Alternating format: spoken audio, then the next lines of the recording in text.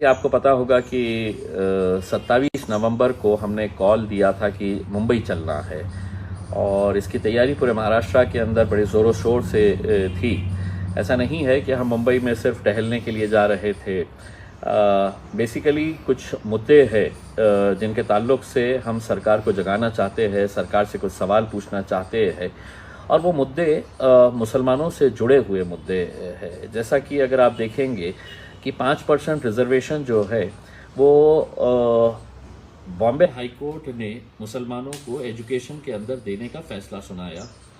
और ये जब फ़ैसला आया तो उस वक्त की जो सरकार थी वो बहुत ही ज़्यादा ये दावा कर रही थी कि देखिए हमने मुसलमानों को इंसाफ देने के लिए, और ख़ास तौर से कांग्रेस और एनसीपी इस बात के ऊपर थे। बाद में भारतीय जनता पार्टी शिवसेना की सरकार आई, उन्होंने उसको आगे नहीं लेके गया, वो ऑर्डिनेंस लैप्स हो गया।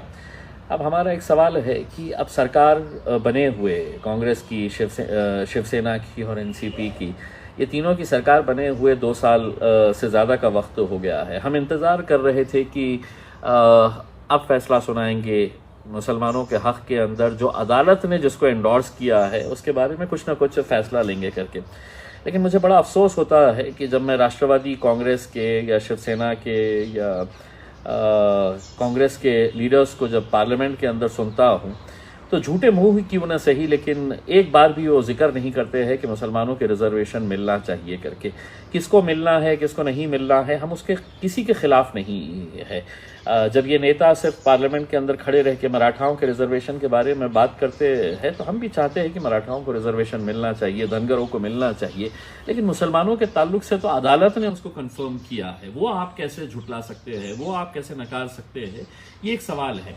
और ये सवाल का जवाब जब नहीं मिल रहा है तो यकीनन हमें ऐसा लग रहा है कि सरकार जानबूझकर अनजान मार रही है, जानबूझकर सोने का नाटक कर रही है, या जानबूझकर इस मुद्दे को जिंदा करना नहीं चाहती है। तो हमने सोचा कि चलिए 27 नवंबर को हम जाएंगे मुंबई में और एक पुरअमन तरीके से, एक पीसफुल तरीके से, एक डेमोक्रेटिक राइट जो हमें कॉन्स्टिट्यूशन के जरिए दिया गया है, वहां पर जाएंगे और सरकार से कुछ सवाल करेंगे। और सिर्फ यही सवाल नहीं कि मुसलमानों को 5% रिजर्वेशन मिलना चाहिए, बल्कि जो हमारी वक्फ की ज़मीनें हैं महाराष्ट्र के अंदर, आपको हैरानी होगी, मैं भी महाराष्ट्र के वक्फ बोर्ड का मेंबर हूँ। 93,000 एकड़ ज़मीनें महाराष्ट्र के अंदर है, लेकिन अब ये ज़मीनें सिर्फ कागज़ के ऊपर हमको नज़र आती है। ये ज़मीनें या तो किसी मंत्री के रिश्तेदार ने, उसके भांजे, बेटा, भतीजे ने हथिया लिया है, या किसी धन्ना सेठ ने इसे ले लिया है। ये हकीकत है कि आज हमारे पास इतनी ज़मीनें होने के बावजूद भी, लेकिन हमारे कब्ज़े में कुछ भी नहीं है। बड़े बड़े धन्ना सेठों ने इसे ले लिया है। और आपको हैरानी होगी ये बात सुनकर, समझकर, आपको यकीन नहीं होगा, लेकिन मैं आपको एक जिम्मेदारी की हैसियत से, वक्फ बोर्ड के मेंबर की हैसियत से बताना चाहता हूँ कि इन 93,000 एकड़ ज़मीन जो है वो पूरे महाराष्ट्र में जो अलग अलग जगह के ऊपर, उसकी देखरेख के लिए, या ये कहिएगा कि इस पूरे महाराष्ट्र वक्फ बोर्ड ऑफिस के अंदर इन ज़मीनों की देखभाल के लिए उसका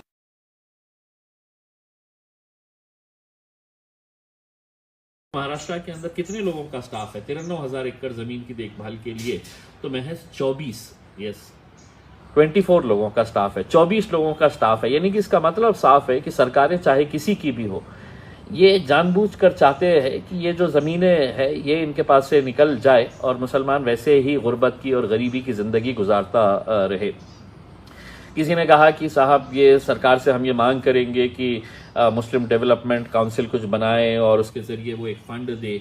मैं तो ये कहता हूँ कि सिर्फ हमारी वक्फ की ज़मीनें अगर हमें वापस मिल जाती है तो हम भी सरकार को कुछ 100-200 करोड़ रुपए दे सकते हैं। और हम तो सरकार से कहेंगे कि हमको एक 200-250 करोड़ रुपए का, 300 करोड़ रुपए का आप जो माइनॉरिटी का बजट देते हैं वो बंद कर देना, हमें नहीं चाहिए वो बजट। उसमें हम आपको देने की हैसियत रखेंगे अगर ये पूरी वक्फ की ज़मीनें अगर हमारे को वापस मिल जाती है। लेकिन सरकार संजीदा नहीं है, सरकार इस मामले के अंदर कोई कदम नहीं उठाना चाहती है। साथ ही साथ जिस तरह से बाल्टी है, जिस तरह से SC/STs के लिए सोशल वेलफेयर डिपार्टमेंट के ज़रिए पूरे जितने भी स्कीम्स होती है उसका एक ऑफिस है और उसी के ज़रिए वो पूरे स्कीम्स चलाई जाती है। उसी तरह से जो मराठा समाज के हैं उन लोगों के लिए भी मतलब एक इस तरह का एक सेंटर खोला गया है जहाँ पर उनके पूरे स्कीम जो है वो एक ही हम ये चाहते हैं कि मुसलमानों के ताल्लुक से भी ऐसा कुछ हो करके, लेकिन आप कर नहीं रहे हैं। देखिए, एक सवाल ये पैदा होता है कि कुछ दिन पहले औरंगाबाद शहर में शिवसेना जो सत्ता में बैठी है, जिसका मुख्यमंत्री है, और हुकूमत महाराष्ट्र के अंदर होने के बावजूद भी उन्होंने औरंगाबाद में एक भव्य मोर्चा निकाला। और बड़ी हैरानी की बात यह है, एक जोक है समझ लीजिएगा, एक हास्यास्पद एक घटना है कि जो सरकार में बैठे हैं वो मोर्चा निकाल रहे हैं औरंगाबाद के क्रांति चौक से गुलमंडी तक। किस मुद्दे के ऊपर? तो कह रहे हैं महंगाई बहुत बढ़ गई है, महंगाई के विरोध में हम ये मोर्चा निकाल रहे हैं। ये इससे ज़्यादा और क्या बचकानी हरकत हो सकती है, या इससे ज़्यादा और क्या सोच सकते हैं वो कि जनता कितनी बेवकूफ़ है कि जिनको हमने हुकूमत दी है, जिनको हमने सत्ता में बिठाया है, वो रोड के ऊपर आ रहे हैं और कह रहे हैं कि महंगाई बहुत बढ़ गई है। तो क्या इम्तियाज जलील के हाथ में है क्या महंगाई कम करने का? उसमें आपके हाथ में है, और अगर आप नहीं कर सकते हैं तो आप उस कुर्सी के ऊपर मत बैठिएगा उसमें, लेकिन ये नाटक और नौटंकी बंद कर दीजिएगा करके। तो उन्होंने जब मोर्चा निकाला तो कोई उसको इजाज़त नहीं ली गई थी, कोई परमिशन नहीं ली गई थी, इलीगल गैर कानूनी वो मोर्चा था, लेकिन निकाले उन्होंने क्योंकि सत्ता में बैठे हैं। उसी दिन भारतीय जनता पार्टी ने नागपुर के अंदर एक मोर्चा निकाला, कुछ आंदोलन भी किया, उसके लिए भी कोई परमिशन नहीं मांगी गई थी या उनको परमिशन दी नहीं गई थी। तीसरा यह है कि कुछ दिन पहले राष्ट्रवादी कांग्रेस के जो गद्दावर नेता है अजीत पवार साहब, उन्होंने पुणे जिले के अंदर एक सभा को संबोधित किया, बड़ी सभा थी, उसको परमिशन दी गई थी या नहीं दी गई थी ये नहीं पता है। लेकिन जब हमने 27 नवंबर को मुंबई में आने का फैसला किया तो हमने बाज़ाब्ता पुलिस को लेटर दिया, हमने बाज़ाब्ता अलग अलग डिपार्टमेंट्स को लेटर दिया, हमने ट्रैफिक डिपार्टमेंट को लेटर दिया और परमिशन मांगी कि साहब हम मुंबई में आना चाहते हैं, ये हमारा लोकतांत्रिक अधिकार है, कॉन्स्टिट्यूशनल राइट है हमारा कि हम वहाँ पर आए और सरकार से अपने कुछ सवाल पूरे शांतिपूर्ण तरीके से हम पूछे। 2 दिन पहले हमको एक पत्र दिया गया है मुंबई पुलिस की तरफ से और ये कहा गया है कि नहीं कोरोना है, महाराष्ट्र में कोरोना है करके। देखिए, कोरोना क्या सिर्फ हमारे लिए है? उद्धव ठाकरे साहब षणमुखानंद हॉल के अंदर दशहरे का मेड़ावा ले सकते हैं, कोरोना वहां नहीं आएगा? या आपकी कुछ बातचीत हुई है उस वायरस से कि नहीं साहब मैं हॉल में नहीं आऊंगा, मैं अगर ये आएंगे अगर कुछ अपना हाथ मांगने के लिए तो मैं कोरोना है तो बिल्कुल बाहर निकल कर आऊंगा करके।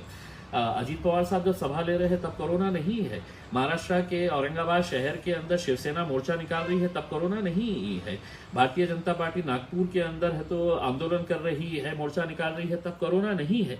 ये सिर्फ कोरोना हमारे टाइम के ऊपर क्यों आ जाता है मुझे आज भी समझ में नहीं आया है। हाँ, आपने पुलिस डिपार्टमेंट ने एक पत्र के अंदर ये भी लिखा है कि पिछले कुछ दिनों के अंदर अमरावती, नांदेड़ और मालेगांव के अंदर जो घटनाएं हुई है उसको देखते हुए हम परमिशन निकाल रहे हैं। देखिए, हम भी चाहते हैं कि महाराष्ट्र के अंदर अमन बरकरार रहे, शांति बरकरार रहे, हम किसी भी तरह की हिंसा की हम निंदा करते हैं, लेकिन बाकी सब चीज़ें की आप इजाज़त देंगे या अगर नहीं देंगे तो बिना इजाज़त के लोग करेंगे। अब आपके आज़ाद मैदान के अंदर पूरे महाराष्ट्र के एसटी डिपार्टमेंट के लोग आंदोलन कर रहे हैं, परमिशन नहीं ली गई है लेकिन वो कर रहे हैं वहाँ पर। हम तो बाइज्जत आपको, हमने तो आपसे विनती किया है, रिटर्न के अंदर दिया है कि हमको परमिशन दे, और आप हमको ये बहाने बना के कि कोरोना है और ये घटना वहाँ पे उस दिन हुई थी तो इस वजह से हम नहीं दे सकते हैं करके। देखिए, आप कहीं ना कहीं, और हम अच्छी तरह से जानते हैं, महाराष्ट्र का मुसलमान भी अच्छी तरह से जानता है आप किसके दबाव के अंदर ये पत्र दिए हैं। उसमें कौन मंत्री सरकार के अंदर बैठे, कौन कौन लोग हैं जो नहीं चाहते हैं कि हम मुंबई में आना। लेकिन अब सुन लीजिएगा, मुंबई के पुलिस कमिश्नर साहब, डायरेक्टर जनरल ऑफ पुलिस साहब, उद्धव ठाकरे साहब, गृह मंत्री दिलीप वळसे पाटिल साहब, आप सुन लीजिएगा अच्छी तरीके से। हम दोबारा आपको एक मौका दे रहे हैं, हम दोबारा आपसे है तो विनती कर रहे हैं कि हम परमिशन के लिए डालेंगे। हमको मालूम है कि कुछ घटनाएं जो हुई थी हम उसकी निंदा करते हैं। अगर आपका यही तर्क है तो चलिए हम आपको और 2 हफ्ते का टाइम दे देते हैं, लेकिन 2 हफ्ते के बाद हम एक डेट अभी अगले 2-3 दिनों के अंदर हम डिक्लेयर करेंगे कि हम कब आने वाले हैं करके। ये गलतफहमी में मत रहिए आप कि आपने पत्र दे दिया है तो हम खामोशी से, क्योंकि हम अपना राइट मांगने के लिए आ रहे हैं, और जिन लोगों से राइट मांगने के लिए आ रहे हैं वो हमें यकीन है कि हमारा स्वागत वो फूलों से तो करने वाले नहीं है, क्योंकि हम उन्हीं को एक्सपोज करने के लिए आने वाले हैं, उन्हीं से मांगने के लिए आने वाले हैं जो हमको नज़रअंदाज कर रहे हैं। तो इसका मतलब ये नहीं है कि वो बड़ी खुशी से हमारा स्वागत करेंगे कि आइए इम्तियाज़ भाई, आइए पूरे जितने भी महाराष्ट्र के मुसलमान हैं और हमसे सवाल करिए। वो नहीं चाहते हैं कि हम उनसे कोई सवाल करें, क्योंकि उनके पास कोई जवाब ही नहीं है। और हाँ, एक बात ये है ये किसी राजनीतिक पार्टी के लोग नहीं आ रहे हैं, हम अपनी सियासी पार्टी को लेकर वहां पर नहीं आ रहे हैं। मुसलमान चाहे कांग्रेस से जुड़ा हो, मुसलमान चाहे राष्ट्रवादी से जुड़ा हो, समाजवादी से जुड़ा हो, या कोई भी राजनीतिक पार्टी से जुड़ा हुआ हो, हम सबको दावत दे रहे हैं, क्योंकि ये सियासी मुद्दा नहीं है, ये मुसलमानों के मुस्तकबिल से जुड़ा हुआ मुद्दा है। मुसलमानों की आज की जो एक पसमानदा जो हालत हो चुकी है, उससे जुड़ा हुआ मुद्दा है।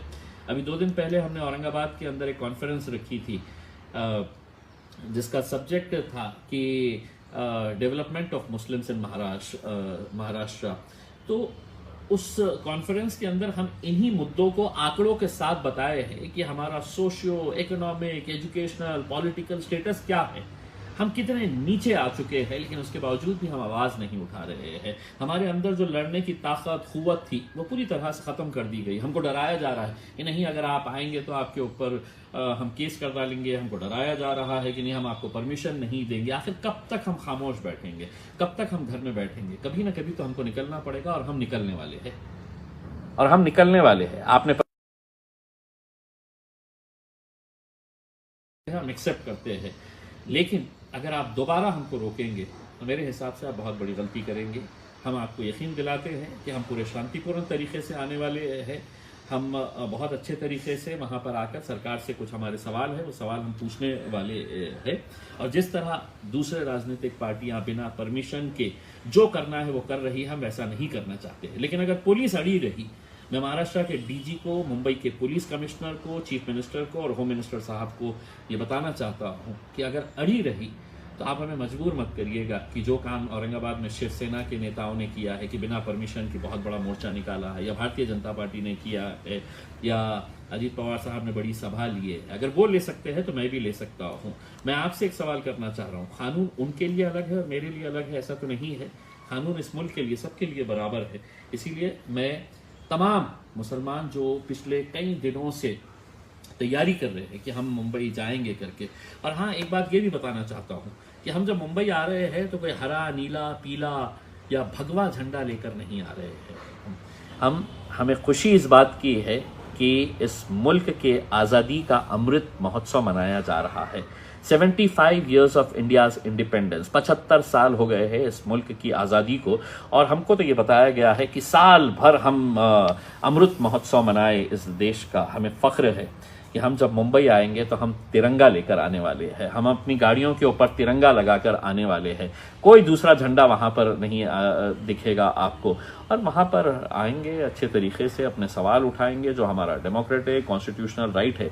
इसीलिए मैं तमाम नौजवानों से, ख़ासतौर से मुसलमान समाज से, ये अलग अलग राजनीतिक पार्टियां, आपके गले में किसका मफलर है ये मायने नहीं रखता है, आप कौन सा झंडा पकड़े हुए हैं नहीं मायने रखता है, आप किस राजनीतिक पार्टी से ताल्लुक़ रखते हैं नहीं मायने रखता है, किस संगठन से ताल्लुक़ रखते हैं नहीं मायने रखता है। जब इलेक्शन आएगा, आपको जिस राजनीतिक पार्टी के साथ जाना है आप जाइए, लेकिन एक बार एक धक्का लगाना ज़रूरी है, एक बार एक प्लेटफॉर्म के ऊपर आना ज़रूरी है। मैं मुबारकबाद देता हूँ कि मराठा समाज जब रिजर्वेशन की मांग को लेकर निकला तो उन्होंने ये नहीं देखा कि हम किस राजनीतिक पार्टी से ताल्लुक़ रखते हैं। वहाँ सेना का भी मराठा था, वहाँ भारतीय जनता पार्टी का भी मराठा था, वहाँ कांग्रेस और एनसीपी का भी मराठा था। वो एक मराठा बोल के वहाँ पर इकट्ठा हुए थे। इसीलिए हम लोग भी पूरी तैयारी में जुट जाए, पूरी तैयारी हम कर लें कि हमको मुंबई जाना है। अगले 2 से 3 दिनों के अंदर मैं डेट की घोषणा करूँगा, और उस डेट के ऊपर मैं खुद पर्सनली मुंबई के वरिष्ठ पुलिस अधिकारियों से मिलूंगा और उनको ये बताऊंगा कि ये हमारा कॉन्स्टिट्यूशनल राइट है जिसको आप रोक रहे हैं, आप ना रोके। हम मुंबई अब सिर्फ ये नारा नहीं लगा रहे हैं कि चलो मुंबई, अब तो चलना ही है मुंबई।